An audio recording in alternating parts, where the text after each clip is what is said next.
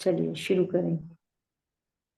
जीवं जीवं दवं क्षीणवरवसहेण जैणनीदित्यं देवीन्दवन्दवन्दं वन्दितं सर्वदा शिरसा।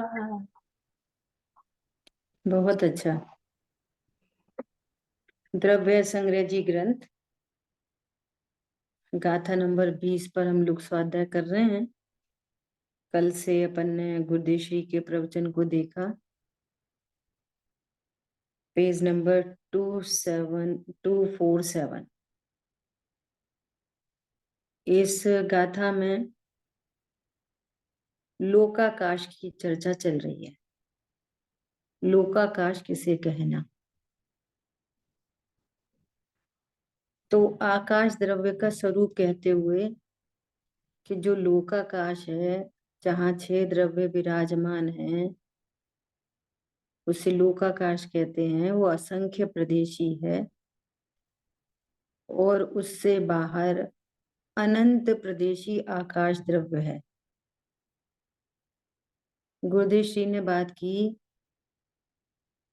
कि महिमा आकाश द्रव्य की नहीं, महिमा उस ज्ञान की है जिसने अनंत प्रदेशी आकाश द्रव्य को जाना। और अनंत प्रदेशी आकाश द्रव्य तो एक गेय है।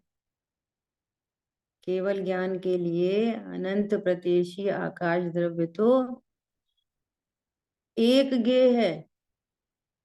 तो उसी काल में सर्वज्ञ देव अनंत द्रव्य, अनंत जीव, उससे भी अनंत अनंत गुणे पुद्गल, धर्म अधर्म और असंख्य काल द्रव्य को उसी समय जानता है। तो केवल ज्ञान के लिए तो आकाश द्रव्य उनके ज्ञान का वो अनंतवां भाग ठहरा।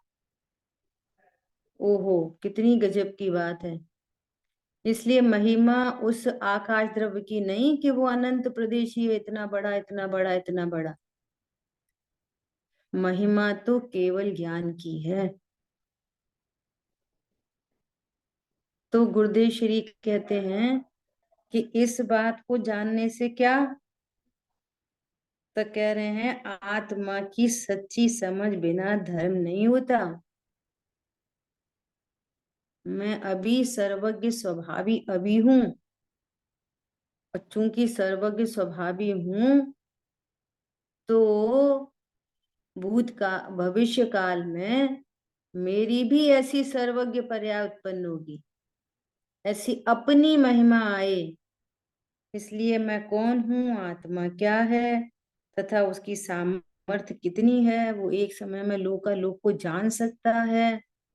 द्रव्य गुण पर्याय का स्वरूप, वर्तमान में मैं कौन सा द्रव्य हूँ, मेरे में कितने गुण हैं, कितनी शक्तियां हैं, कितने धर्मयुगल हैं, पर्यायों का क्या स्वरूप है, पर्याय उत्पाद वह रूप होती है। वर्तमान में विकार है, विकार के साथ में बहुत सारी पर्याय ऐसी हैं जो शुद्ध रूप वर्णन कर रही हैं। और ये जो विकार है ये भी शुद्धता रूप वर्णन करता है। तो जो द्रव्य की सामर्थ्य है वो पर्याय में प्रकट हो जाती है। यह सब हमें जानना चाहिए, इसलिए शास्त्रों का अभ्यास जरूर करना चाहिए, क्योंकि इन सब का ज्ञान शास्त्र अभ्यास से ही होता है। तो शास्त्र अभ्यास के लिए नहीं, शास्त्र अभ्यास अपनी सामर्थ्य, अपने द्रव्य गुण पर्याय, इसके स्वरूप को जानने के लिए, निर्णय करने के लिए, है ना, अपने ज्ञान को अपडेट करने के लिए, कुछली भ्रांतियों को मिटाने के लिए, संशय विभ्रम अनध्यवसाय के नाश के लिए करना चाहिए। क्या कहा? स्वाध्याय किस लिए करना चाहिए? संशय नहीं रहे कि मैं आत्मा हूं कि शरीर हूं। मैं जीव द्रव्य हूं कि पुद्गल द्रव्य हूं, संशय नहीं, कोई विभ्रम नहीं। अब होता होगा कुछ भी, है ना, ऐसा अनिर्णित ज्ञान नहीं, एक रूपता से सच्चा ज्ञान, सम्यक ज्ञान प्रकट हो, इसलिए शास्त्र अभ्यास करना चाहिए। ठीक है, देखो अब यहाँ आगे कहते हैं कि यहाँ सोम नामक राजश्रेष्ठी प्रश्न करता है। देखो, पंचम काल के मुनि से पंचम काल का नगर सेठ पूछता है, उसने 6 द्रव्यों का अभ्यास किया है, तब पूछता है, क्या पूछता है? हे प्रभु, केवल ज्ञान के अनंत विभाग प्रमाण आकाश द्रव्य है, उसके भी अनंत विभाग के बीचों बीच लोकाकाश है, वह अनादि निधन है, किसी के द्वारा उसकी रचना नहीं हुई, अर्थात ब्रह्मा ने उसे बनाया नहीं, वह स्वयं निर्मित ही है, किसी के द्वारा उसका विनाश संभव नहीं है। शंकर जगत का संहार नहीं करते, संहार करते हैं, यह बात नहीं है। और अनादि निधन, इस लोक की रक्षा भी कोई नहीं करता है। लोकाकाश अपने असंख्य प्रदेशों को धारण करने वाला है, अतः उसका कोई करता नहीं, धरता भी नहीं। वह तो असंख्य प्रदेशी है। इस असंख्य प्रदेशी लोक में अनंत जीव, उससे भी अनंत गुने पुद्गल, लोकाकाश प्रमाण असंख्यात काल द्रव्य, धर्म और अधर्म, ये सभी किस रीति से रहते हैं? आत्मा अरूपी और असंख्य प्रदेशी है। लोकाकाश के जितने प्रदेश हैं उतने ही प्रदेश प्रत्येक आत्मा, प्रत्येक जीव के हैं। फिर कैसे अनंत जीव और अनंत पुद्गल लोकाकाश में समाये हुए हैं? है ना, कल भी ये प्रश्न आया था, अब तो अपन प्रवचन से देख रहे हैं। हाँ जी।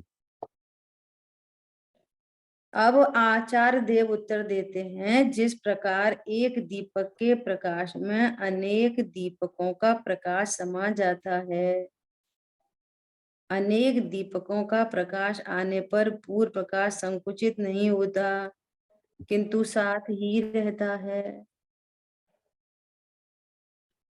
अब देखो, अब इस गंभीरता से विचार करो कि हमें प्रकाश के नाम पे क्या चीज दिख रही है? अभी अपन ने पढ़ा था, पुद्गल की विवाह व्यंजन पर्याय, हाँ जी। है ना। तो वो पुद्गल की विवाह में इतने पुद्गल, फिर दूसरा बल्ब जलाया उतने पुद्गल, अपन ऐसा देखो। हाँ जी। प्रकाश नाम पे तो ऐसा दिखता है, प्रकाश क्या है? ऐसे ही है, वो कौन सी जगह घेरता होगा? प्रकाश को जगह घेरने के लिए क्या चाहिए? तो कितने भी जला दो, हाँ जी। है ना। लेकिन अपन उसको ऐसे जिनागम के एंगल से विचार करेंगे, तब ये उदाहरण दिया है। हाँ जी, पुद्गल के रूप में देखे तब। हाँ, उसी प्रकार आकाश में अनंत पदार्थ एक साथ रह सकते हैं, तथा जिस प्रकार गूढ़ रस से भरे हुए पात्र में अथवा पारे से में बहुत सा स्वर्ण समा जाता है। अभी दृष्टांत है, फिर भी उनकी एक लिमिट है ना। राख से भरे हुए घड़े में सुइयां और ऊंट का दूध समा जाता है। लिमिट होगी ना घड़े की भी, कितनी सुई समाएंगी, कितना ऊंट का दूध समा जाएगा। हाँ जी। लेकिन यहाँ तो अनलिमिटेड है आकाश द्रव्य में। उसी प्रकार विषय, ये तो एक देश होते ना दृष्टांत, हाँ जी। थोड़ा बता दिया।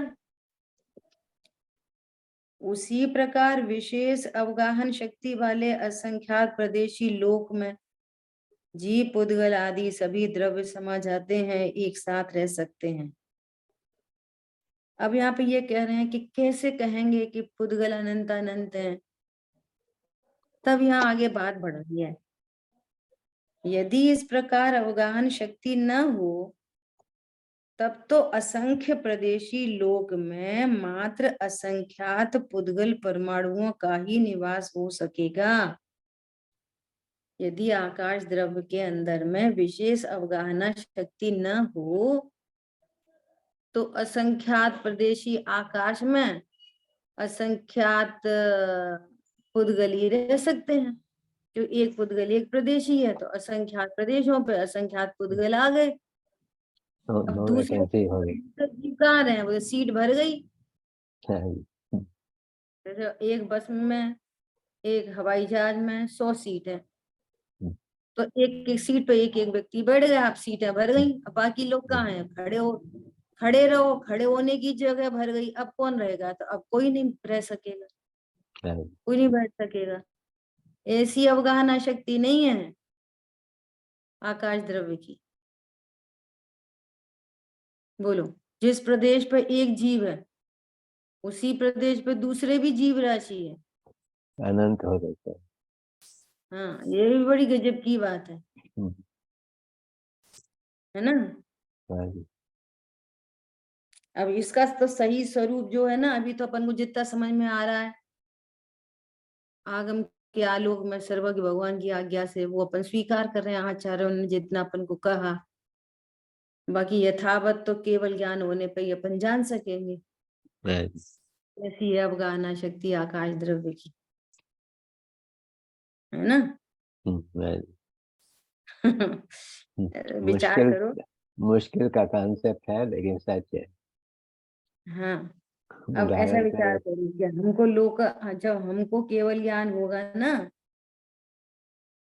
तो भले ही आकाश द्रव्य तो झलकेगा ज्ञान में, लेकिन जानने की जिज्ञासा पूरी खत्म हो जाएगी। क्या बोला? हाँ, अब देखें आकाश द्रव्य कैसा है। अब तो जरूरत लोक ही नहीं, प्रकट हो जरूरत नहीं गया। रहेगी। हाँ, जानने की जरूरत ही नहीं जिज्ञासा नहीं रहेगी, सब रहेगी। कहाँ ना। हाँ, अब दूसरी बात समझो, दूसरी बात कि इस जीव को अनादि से पर के ही गीत सुहाए, पर कोई जानना चाहता है। अरे जितना जानने में आ रहा है ना आकाश द्रव्य के बारे में बहुत है। उसकी क्या महिमा है, आकाश द्रव्य की क्या महिमा है? इतनी महिमा है कि भाई सबको ठहरने का स्थान देता है, बस। आकाश द्रव्य को भली प्रकार से अपन आगम से युक्ति से जैसे तैसे जान भी लेंगे तो फायदा बोलो, कोई फायदा फायदा नहीं बोलो। है। जगह तो मिलनी ही है, उसके लिए कोई प्रयत्न नहीं करना है। कोई फायदा नहीं। उतनी समय शक्ति अपनी महिमा में लगाए, अपने स्वरूप को जानने में लगाए। अरे आकाश द्रव्य भले अनंत प्रदेशी होगा, लेकिन वो अनंत प्रदेशी आकाश द्रव्य तो केवल ज्ञान के अनंत विभाग में पड़ा है। ओहो, मैं कितना सामर्थ्यशाली। तो अपने गीत गाए, अपने गीत सुहाए, सच्ची समझ हो अपने बारे में। कल अपने चर्चा की थी पर शुरुआत में कि फिर जीव का ही स्वरूप बताते, बहुत से बहुत पुद्गल चारों तरफ दिखता है, सो पुद्गल का स्वरूप बता देते। धर्म अधर्म आकाश काल की क्या जरूरत पड़ी कि अरे उनका स्वरूप भी इसलिए कहा कि भले वे जानने में नहीं आ रहे, परंतु ये उनके कार्य को भी अपना कार्य समझता है। गाड़ी में चलाता हूँ, गाड़ी में रोकता हूँ, मैं उनको स्थान देता हूँ, मैं उसको बड़ा करता हूँ, मैंने अनुकूल परिणमन कराया, मैंने प्रतिकूल परिणमन कराया। तो भगवान कह रहे हैं कि भैया इन सब कामों के लिए वो अन्य द्रव्य हैं हाँ जी। जो निमित्त बन रहे हैं, इसलिए उनका ज्ञान कराया। बात तो है। बस उनका ज्ञान इतना बहुत है, बाकी समय किसमें लगाना। स्वयं को जैसा भी जाने। गुरु कह रहे हैं, अपने द्रव्य गुण पर्याय को जानने के लिए अपनी त्रिकालवर्ती पर्याय, भविष्य की पर्याय कैसी, शुद्ध पर्याय कैसी, अशुद्ध पर्याय कैसी, एक देश शुद्ध पर्याय कैसी, द्रव्य कैसा, गुण कैसा, कोई घटते हैं कि बढ़ते हैं, ऐसा। इसलिए गुरुदेव श्री ने कहा कि महिमा आकाश द्रव्य की नहीं, महिमा है उस आकाश द्रव्य को जानने वाले ज्ञान की।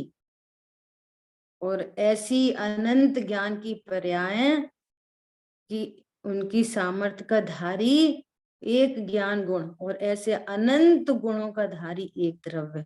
सो महिमा मेरी है एट लास्ट। अपनी महिमा से कुछ काम बनेगा, ठीक। असंख्यात प्रदेशों में से एक प्रदेश में एक ही परमाणु रह सकता हो तो फिर लोक में असंख्यात परमाणु ही होना चाहिए, अनंतानंत नहीं। यदि सारे लोक में असंख्य परमाणु ही माने जाएं तो प्रत्यक्ष और आगम से विरोध आता है, प्रत्यक्ष ही विरोध आ रहा है ना। तो ऐसा है नहीं। अब इसी बात को आचार्य उदाहरण से समझाते हैं। उदाहरण किसका दे रहे हैं लगातार? आत्मा का। आत्मा को समझना है चूंकि हमको, तो कह रहे हैं जैसे शक्ति रूप से निरावरण है, शुद्ध है, बुद्ध है, एक स्वभाव का धारक है, वैसा ही व्यवहारने से व्यक्ति रूप से निरावरण शुद्ध बुद्ध नहीं है। संसारी जीवों में व्यवहारने से पर्याय सापेक्ष पर्याय में देखें तो वो निरावरण नहीं है संसार दशा में। समझ में आ रही है बात? कैसा है? अल्प ज्ञान वाला है, आवरण सहित है, शुद्ध बुद्ध। तो क्या कह रहे हैं? यदि व्यवहारने से उसे शुद्ध बुद्ध माना जाए तो प्रत्यक्ष और आगम से विरोध आता है। प्रत्यक्ष तो दिखाई नहीं दे रहा निरावरण। अगर निरावरण होता तो पर्याय में भी केवल ज्ञान होता। पर्याय में भी यदि शुद्ध बुद्ध होता तो फिर पर्याय में दुख का कोई नाम निशान नहीं होता। तो संसारी जीव तो अल्प ज्ञान और दुख वाले जान देखे जा रहे हैं। और शुद्ध निश्चय से भी सब शुद्ध बुद्ध है, निरावरण है। पॉइंट समझ में आ रहा है? तो अवस्था में अल्प ज्ञान और दुख होने पर भी जैसे हम निश्चय से जीव को निरावरण और शुद्ध बुद्ध मानते हैं, पर्याय में व्यक्तता कुछ और है और द्रव्य स्वभाव से कुछ और है, ऐसा ही हम आकाश द्रव्य के बारे में जान सकते हैं। क्या जान सकते हैं? कि हमें प्रत्यक्ष दिखाई दे रहा है कि एक प्रदेश पे अनंत पुद्गल परमाणु रह रहे हैं, दिख रहा है। एक परमाणु एक प्रदेशी है, शुद्ध पुद्गल परमाणु, जो हमारे ज्ञान का विषय नहीं है। हाँ जी। वो ये मोबाइल दिख रहा है, जिनवाणी दिख रही है, चौकी दिख रही है, टेबल दिख रही है, पेंसिल दिख रही है, तो एक जिनवाणी हो गई अनंत पुद्गल परमाणु मेड। हाँ जी, पेंसिल भी अनंत। अब अनंत पुद्गल परमाणु इतने आकाश द्रव्य के क्षेत्र पर रह रहे कि नहीं रह रहे? ये तो प्रत्यक्ष दिख रहा है अपने को। हाँ जी। तो इस प्रत्यक्ष दिखाई देने से आकाश द्रव्य की अवगाहन शक्ति पता चल रही है। हाँ जी। ये इसलिए ये प्रत्यक्ष। एग्जाम्पल। हाँ देखो आगे, निश्चय से जीव शुद्ध है, बुद्ध है, आवरण रहित है, ज्ञान का घन पिंड है, एक स्वभाव का धारक है। निगूढ़ से लेकर सिद्ध सभी जीव भव्य अभव्य आदि स्वभाव से सब शुद्ध बुद्ध हैं। देखो आकाश द्रव्य के बहाने फिर जीव को बताने लग गए। संसारी जीव की देखो अन्य ग्रंथों में, अन्य टीकाओं में आत्मा को बताने के लिए पुद्गल आदि के उदाहरण दिए जाते हैं। ये अलौकिक टीका है, इसमें अन्य द्रव्यों को बताने के लिए जीव का उदाहरण दिए जा रहे हैं। समझ में आ रही बात? हाँ जी। धर्म के स्वरूप को बताने के लिए भी जीव की शुद्ध पर्याय से चर्चा की, निमित्त नैमित्तिक संबंध की बात की। अब यहाँ आकाश द्रव्य को बताने के लिए फिर जीव की बात करते। कितनी गजब की टीका है। देखो, संसारी जीव की पर्याय में आवरण है। यदि पर्याय में आवरण न हो तो फिर उसे केवल ज्ञान प्रकट हो जाना चाहिए। सब संसारी जीव को केवल ज्ञान होना चाहिए। अच्छा, सब संसारी जीव को केवल ज्ञान नहीं है, इसका मतलब क्या निकला? आवरण है। आवरण है। आवरण मतलब, आवरण मतलब प्रकट नहीं है बोलो, पूरा। मतलब शुद्ध पर्याय प्रकट नहीं है। मतलब देखिए, ज्ञानावरणी कर्म बंधा हुआ है। आवरण मतलब ज्ञानावरणी कर्म। ज्ञानावरणी कर्म की सत्ता पता चल रही है कि नहीं चल रही? वही तो आवरण है। नहीं आई समझ में? बोलो। हाँ जी। अल्प ज्ञान है, इसका मतलब क्या है? ज्ञानावरणी कर्म का आवरण है। हाँ जी। तो कर्म की सत्ता सिद्ध हो गई कि नहीं हो गई? और ज्ञानावरणी कर्म में कितने पुद्गल परमाणु हैं? अनंत। अनंत। तो अनंत की सत्ता सिद्ध हो गई। समझ आ गई बात? और अनंत रह रहे हैं यहीं पे ही। तो इससे पता चल रहा है ना कि एक प्रदेश पे कितने रह सकते। ये बात चल रही। देखो, पढ़ते हैं अपन। यदि पर्याय में आवरण न हो तो फिर उसे केवल ज्ञान प्रकट हो जाना चाहिए, अनंत सुख हो जाना चाहिए। किंतु वर्तमान में केवल ज्ञान नहीं है और दुख का सद्भाव देखा जाता है। अतः पर्याय में आवरण है ही, यह निश्चित समझ लेना चाहिए। अर्थात प्रत्येक जीव में ज्ञानादि अनंत गुण हैं तथा प्रत्येक गुण की अनंत पर्याय हैं। वर्तमान में ज्ञान, दर्शन, वीर्य आदि गुणों की दशाहीन तथा चारित्र की दशा विपरीत होने पर निमित्त भूत कर्मों के परमाणु भी अनंत होना चाहिए। इससे ये सिद्धि हो रही है। मैं फिर से रिपीट करती हूँ, आप बताना क्या सिद्ध किया। आकाश द्रव्य की शक्ति बताने के लिए किस बात की सिद्धि कर रहे हैं? सभी जीव द्रव्य स्वभाव से, निश्चय से आवरण रहित और शुद्ध बुद्ध है। लेकिन पर्याय में संसारी जीवों की पर्याय में आवरण और दुख दिख रहा है। हाँ। तो आवरण और जो दुख दिखाई दे रहा है, यदि इस आवरण को न माना जाए तो सभी संसारी जीव केवल ज्ञानी और अनंत सुखी होना चाहिए। ये तो प्रत्यक्ष ही नहीं दिख रहा, ये तो आगम के विरुद्ध हो गया। हाँ जी। प्रत्यक्ष नहीं दिखाई दे रहा। कौन सा जीव दिख रहा है आपको? केवल ज्ञानी, केवल ज्ञान, कोई नहीं संसारी दिखता। जहां। कौन सा जीव दिख रहा है, दिखाई दे रहा है अनंत सुखी? कोई नहीं। एक भी नहीं नहीं। है। इसका अर्थ ये है कि यहाँ पर आवरण है। आवरणीय कर्म होना चाहिए। हाँ जी, आवरण है और अवश्य। आवरणीय कर्म यदि है तो वो कर्म परमाणु भी अनंत होना चाहिए। ऐसे हाँ अनंत जी। की सिद्धि कर दी। हाँ जी। आकाश के आगे छोटे बढ़े से यहाँ भाग पे में भी रहते। करेगा कोई? समझ में आ गई सबको? हाँ जी। हाँ जी। नहीं समझ में आई तो पूछो, समझ में आई तो बताओ।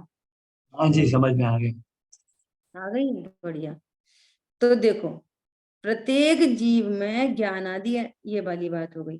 प्रत्येक गुण की अनंत शक्ति है। अब एक एक गुण में अनंत शक्ति है। देखो, जीव की चर्चा कर रहे हैं। मेरे प्रत्येक गुण में अनंत शक्ति है। वह प्रकट नहीं होती तो अपने कारण से ही प्रकट नहीं होती, परंतु अनंतता प्रकट न होने में निमित्त रूप अनंत कर्म परमाणु होते हैं।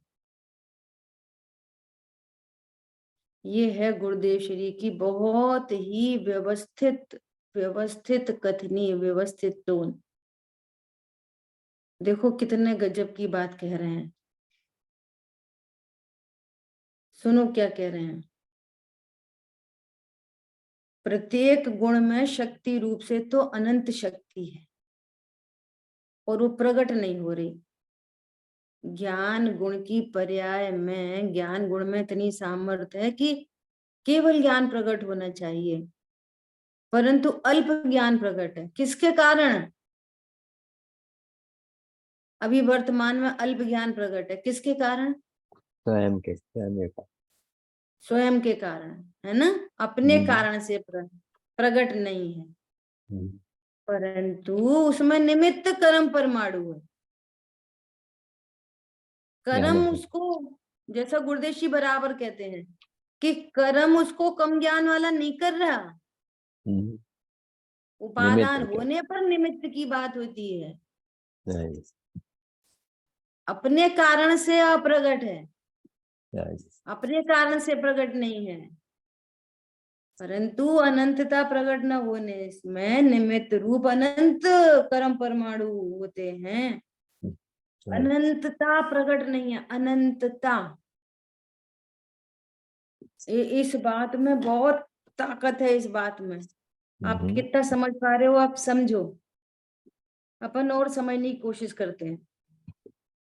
देखो अभी हम जिनको जान रहे हैं, अल्प जान रहे हैं, ठीक है, हाँ जी, और चर्चा ही की जाती है। मति शुद्ध ज्ञान, अवधि मना परे ज्ञान और केवल ज्ञान को ज्ञेयों के सापेक्ष कैसे बताया जाता है। ये संख्या कि मति शुद्ध ज्ञान संख्यात तक जान सकता है। संख्यात को हम कितना भी बहुत सारा जानते हैं, तो भी असंख्यात, सॉरी संख्यात को ही जानते हैं, असंख्यात को नहीं जान सकते। बस ठीक है। एक बात। दूसरी बात, अवधि ज्ञान, मन पर्य ज्ञान, ये असंख्यात को जान सकते हैं, और एकमात्र केवल ज्ञान है जो अनंत को जान सकता है। हाँ जी, ठीक है। अब एग्जाम्पल, हमको ये पेंसिल जानने में आ रही है, पेंसिल, तो पेंसिल जो कुछ जानने में आ रहा है ना, वो तो है पेंसिल संबंधी छाया उपशमिक ज्ञान। बहुत अल्प ज्ञान है वो पेंसिल का, पूरी रूप से नहीं जानते नहीं पेंसिल। नहीं, अभी क्या बोल रहे हैं वो सुनो। नंबर, इन नंबर की बात चल रही है, इन नंबर। हाँ जी, पेंसिल संबंधी क्षयोपशम है हमको, हम्म, वाणी संबंधी क्षयोपशम है, और जिसका ज्ञान नहीं है उस संबंधी हमको आवरण है। और हाँ जी, आवरण, पॉइंट पकड़ में आया। अभी हाँ जी, हमको संख्यात संबंधी तो क्षयोपशम है, हम्म, और असंख्यात और अनंत संबंधी आवरण है। हाँ, हाँ जी, तो इसका मतलब क्या हुआ कि ज्ञानावणी कर्म कितने होने चाहिए? अनंत, क्योंकि हम्म, अनंत का आवरण है ना, तो अनंत होना चाहिए ना। हम्म, प्रत्येक प्रत्येक को आवरण, आवरण डालने वाला, प्रत्येक प्रत्येक को आवरण करने वाला। इसलिए एग्जाम्पल दिया कि ये पेंसिल का ज्ञान है, तो पेंसिल संबंधी क्षयोपशम है। हम्म, जिनवाणी का ज्ञान है, जिनवाणी संबंधी क्षयोपशम है। और किसी चीज का ज्ञान नहीं हो रहा, फॉर एग्जाम्पल ऑक्सीजन का ज्ञान नहीं हो रहा, तो ऑक्सीजन संबंधी आवरण है। हाँ जी, तो ऐसे अनंत संबंधी आवरण है। इट मीन्स ज्ञानवर्णी कर्म अनंत परमाणु होना चाहिए। हाँ जी, लॉजिक से सिद्ध होना है। कितने होने चाहिए परमाणु? आनंद आना चाहिए। अनंत, क्योंकि केवल ज्ञान की शक्ति अनंतता है, और अभी अनंतता पे आवरण है। तो प्रत्येक प्रत्येक के आवरण डालने वाला प्रत्येक प्रत्येक परमाणु हम्म, ज्ञानवर्णी कर्म। ठीक है, समझ में आ गया। हम्म, इस प्रकार सभी गुणों की अपेक्षा एक जीव में अनंत पुद्गल कर्म परमाणु होते हैं। देखो मैं तेजस का कल प्रश्न आया था, मैं पूछ नहीं पाई, मेरे को अभी याद आ रही है। तो कर्म परमाणु अनंत होते हैं, ये तो सिद्ध हो गया, ठीक हाँ है। जी। हम्म।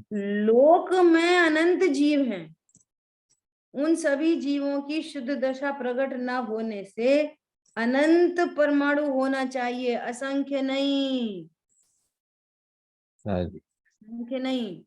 हम्म। फिर संख्या तो भी बहुत छोटा है। असंख्य प्रदेशी लोक में असंख्य परमाणु ही माने जाएं तो ज्ञानादि गुणों की परिपूर्ण शुद्ध अवस्था हो जानी चाहिए, पर ऐसा दिखाई नहीं देता। देखो हम्म।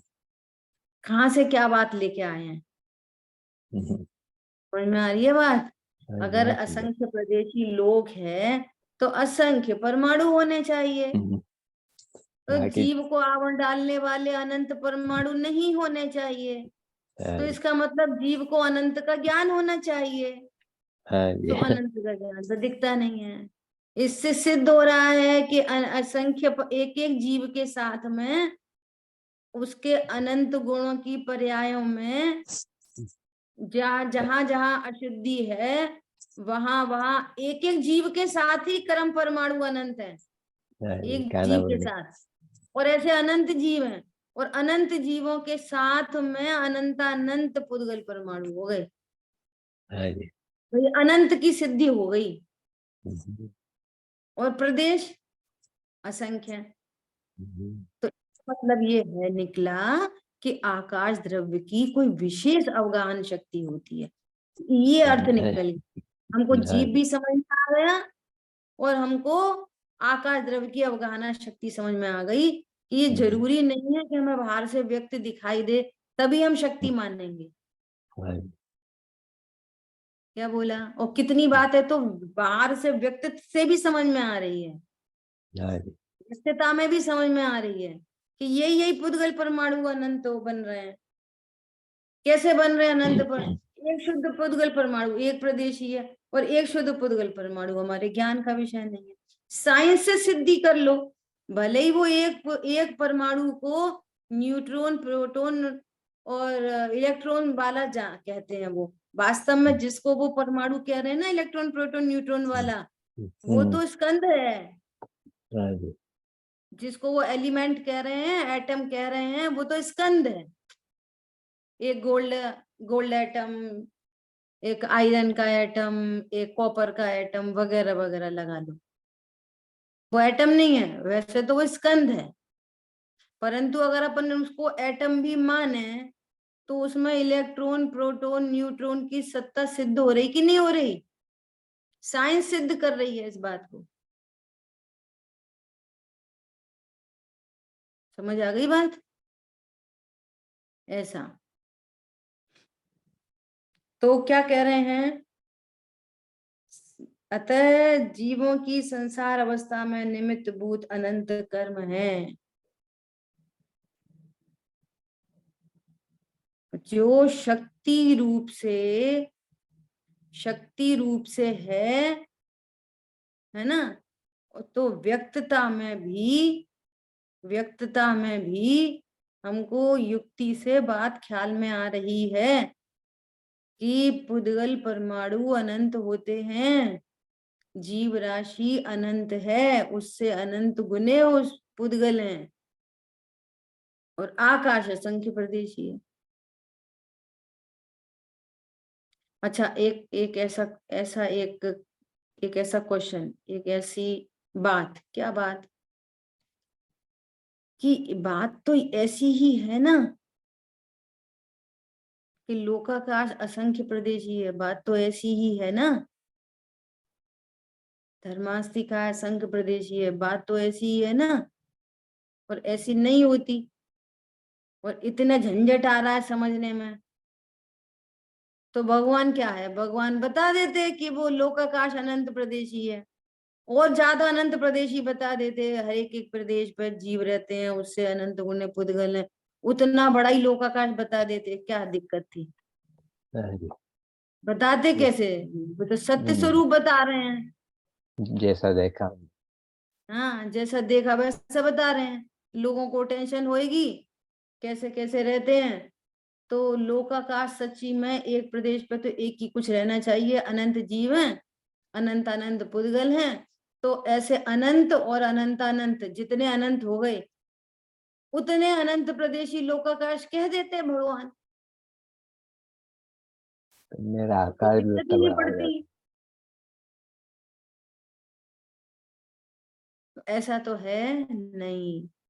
इससे ये सिद्धि हो रही है कि आकाश द्रव्य की एक विशेष अवगाहन शक्ति है, ये शक्ति का पता चल रहा है।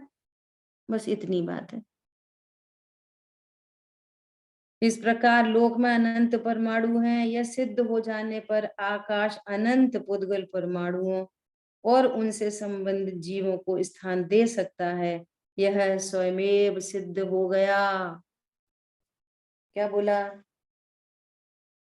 सिद्धि हो गई कि नहीं हो गई अवगाहन शक्ति आकाश द्रव्य की? बोलो, हमारे ज्ञान में सिद्धि हो गई कि नहीं हो गई? हमको बात समझ में आ गई कि नहीं आ गई? दो प्रकार से चर्चा की। एक तो परमाणुओं की अनंतता की सिद्धि करी और परमाणु की अनंतता की सिद्धि होकर फिर आकाश द्रव्य की अवगाहन शक्ति की सिद्धि हो गई। हो गई कि नहीं हो गई सबको? बहुत हो सुंदर। गई दीदी, बहुत बहुत अच्छा ऐसा। लॉजिक है जी। हाँ, लोक का क्षेत्र असंख्य प्रदेशी है, आत्मा का क्षेत्र भी असंख्य प्रदेशी है। यहाँ क्षेत्र का महात्म नहीं है, यहाँ पर समस्या क्षेत्र की नहीं है, न क्षेत्र का महात्म बता रहे हैं। महात्म तो बता रहे हैं उसकी अवगाहन शक्ति की, और उससे भी ज्यादा महात्म बता रहे हैं हमारे ज्ञान की। क्या बोला? उससे भी बड़ा महात्म किसका है? हमारे ज्ञान का। इसने जाना। हाँ, देखो देखो सचमुच इस ज्ञान की कितनी महिमा है। बोलो आप, कि भले हमको आकाश द्रव्य प्रत्यक्ष नहीं जानने में आ रहा, लेकिन आगम से युक्ति से हमारा मति श्रुत ज्ञान भी वो अनंत प्रदेशी आकाश द्रव्य का ज्ञान करने में समर्थ है, अभी समर्थ है। केवल ज्ञानी परमात्मा जैसा आकाश द्रव्य को देख रहे हैं प्रत्यक्ष, हमारा ज्ञान भी उन्हीं की भांति एक एग्जैक्टली सेम परोक्ष रूप से देख रहा है। सो जिनागम में परोक्ष ज्ञान को भी प्रमाण ज्ञान कहा है। क्या कहा? इस मति शुद्ध ज्ञान में जिसकी सामर्थ्य मात्र संख्यात की है, ऐसा संख्यात का ज्ञान करने वाला मति शुद्ध ज्ञान आगम से और युक्ति से अनंत प्रदेशी आकाश द्रव्य को बिल्कुल वैसे ही जान रहा है जैसे केवल ज्ञानी परमात्मा प्रत्यक्ष जान रहे हैं। समझ में आ रही है बात कि नहीं आ रही है? आ रही दीदी, बहुत सुंदर। बोलो, अनम्यूट करके इतना प्लीज अलौकिक रिस्पॉन्ड। ज्ञान है हमारा भी ये मति शुद्ध ज्ञान। बोलो, ऐसी बात है। अभी अपन से कोई ऐसा बोले कि अरे नहीं नहीं, कौन सा एक प्रदेश पर इतने सारे जीव राशि, इतने सारे पुद्गल कैसे रह सकते हैं? ऐसा नहीं है, लोकाकाश अनंत अनंत प्रदेशी है। तो आप मानने तैयार हो? बोलो, मान लो, क्या फर्क पड़ रहा है? नहीं, नहीं मानने को तैयार। तैयार हो? नहीं। तो नहीं है तैयार मान। हमारा ज्ञान भी कह रहा है आकाश द्रव्य अनंत प्रदेशी है असंख्यात और है। लोकाकाश असंख्य प्रदेश। असंख्यात है। हमें समझ में आ गई ये बात कि भले वो असंख्य प्रदेशी है पर उसकी अवगाहन शक्ति बहुत विशाल है। नहीं। उसकी अवगाहन शक्ति अलौकिक है, चर्म चक्षुगम्य नहीं है। चर्म चक्षु गम्य नहीं है, ज्ञान अलौकिक ज्ञान से अलौकिक आकाश द्रव्य जानने में आ रहा है। अभी अभी समझ में आया? हाँ जी। देखो, जिसको सर्वज्ञ की श्रद्धा नहीं है ना, वो जिनागम में प्रवेश नहीं कर सकता। वो प्रथमान योग को भी कैसे मानेगा? बोलो, कैसे मानेगा?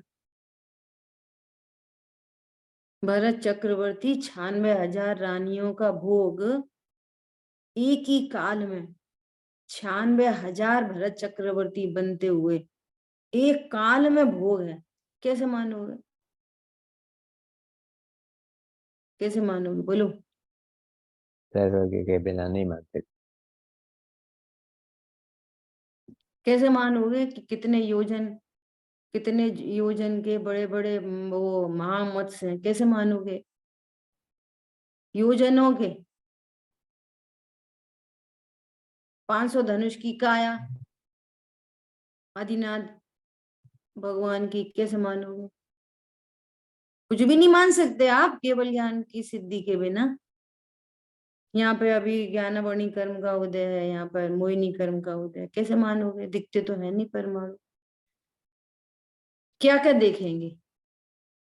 चर्म चक्षुओं से, 5 इंद्रिय से क्या क्या देखोगे? वो जो दिख रहा है वो भी कितना सत्य दिख रहा है? ये इंद्रियां कितना सत्य दिखाती हैं? मिथ्या दृष्टि को तो सभी असत्य दिखता है। सब देखने में जो आ रहा है वो इसलिए सत्य है।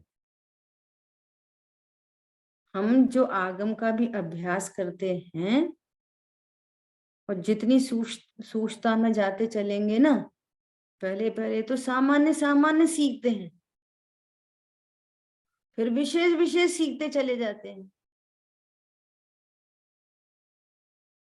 बोलो।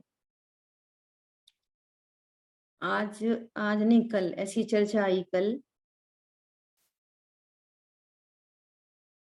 कि मुनिराज को, जो मुनिराज हैं, भावलिंगी संत हैं, 3 कषाय का अभाव हो चुका, अब छपक श्रेणी आरोहण कर रहे हैं।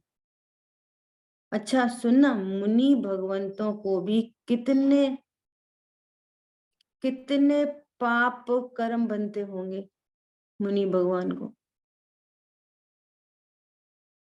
बोलो, कितनी पाप प्रकृतियां बनती हैं? बहुत बनते हैं, आहार भी लेते हैं, वो भी पाप ही है। बहुत बढ़िया, समझ में आ रही है? चरणानियों की शैली में सीधे सीधे बोलते हैं, वे महाव्रती हो गए। गमन करना क्या है? आहार चर्या जा, भले ही वो उनके निमित्त से आहार बने, वो हिंसा के त्यागी होते हैं, परंतु इटसेल्फ गमन करने में, आहार की क्रिया होने में, बोलो, अभी भी उनको पाप असाता बनती है।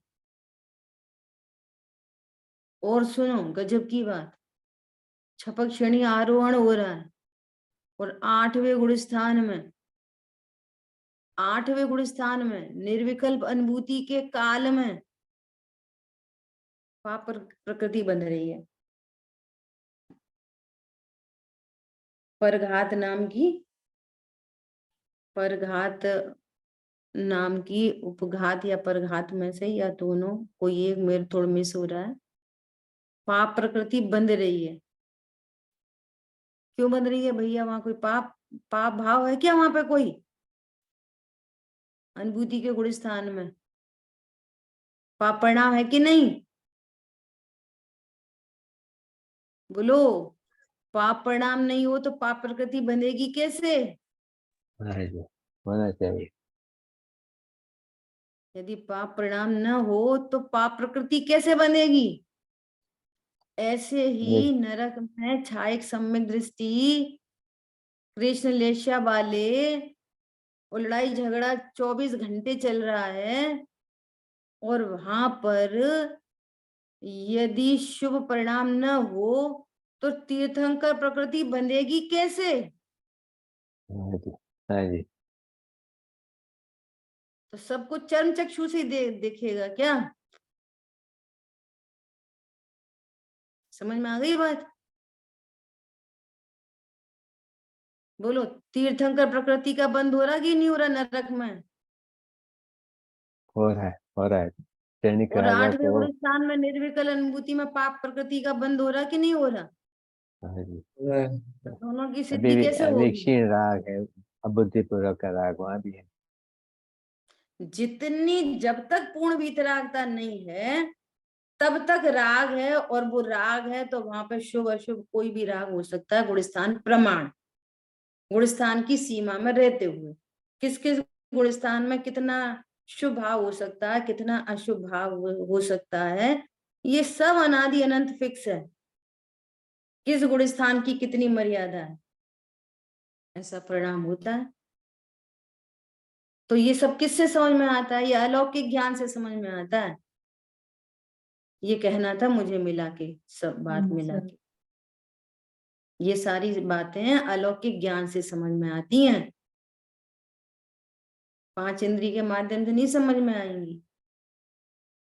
ठीक है, बहुत सुंदर। समय हुआ है, शेष चर्चा अपन आगे करेंगे।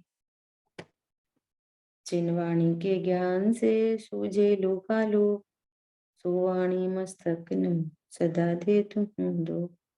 देखो अपन रोज जिनवाणी स्तुति में यही तो बोलते हैं, सूझे लोकालोक।